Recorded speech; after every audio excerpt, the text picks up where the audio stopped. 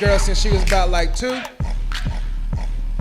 No, maybe like 13. But let's give it up for my god sister, Miss Teresa H. Black Knight!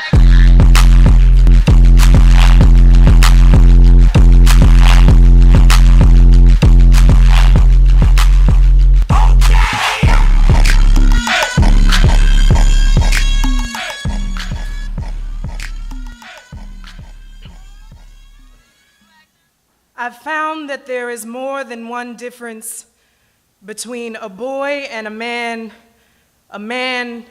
and a king. Boyhood a matter of gender, and manhood comes with age, or so they say.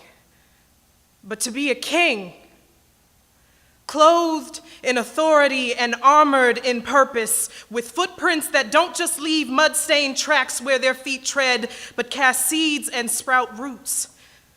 In a time where knees that should bow in humility have been traded for stiff backs paralyzed by stubborn arrogance, and men are busy building idols to themselves on the altar of their own accomplishments, priorities have become skewed. Life is all about them. Their money, their hustle, their women, their struggle, their legacy, their power. Power being a subjective phrase here, since it has been said that our lives are but a vapor. No matter what your checkbook says, no matter where you lay your head, no matter how many cars or women you've driven, as a man, will you have done anything that mattered by the end of your life? See, the difference between a mere man and a king is sacrifice. It is kings that demote self-promotion to help make things grow. Sleepless nights and interrupted dreams, goals put on hold just to see others grow, fulfilling God-given purpose as they go. My father was my first encounter with royalty. Walking with head raised, each step intentional. In my innocence, I believed he was impervious to anything.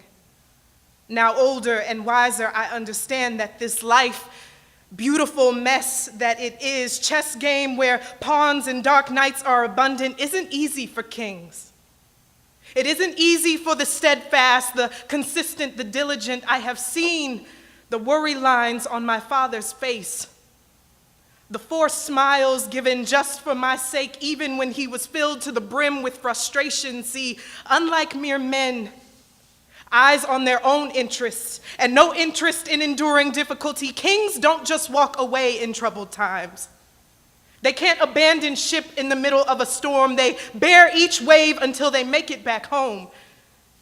Heavy is the head that wears the crown. Heavy are the eyes of a king each night he lays down when the world has gotten just a little too heavy on his shoulders. I'd never noticed the width of my father's shoulders before.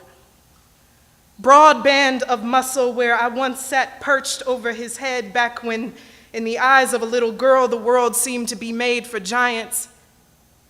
My father's shoulders can no longer hold me up. But they serve as my reminder on how to recognize a king. Carrying pressure, but always pushing towards their mark. Men and boys alike, don't be simply satisfied chasing after the status quo. The predictable trappings and things of this world, stop making your own lust your idol's distractions, and learn what you have been called to do. Do it with integrity, even in the face of adversity, and then you will earn your crown. Thank you.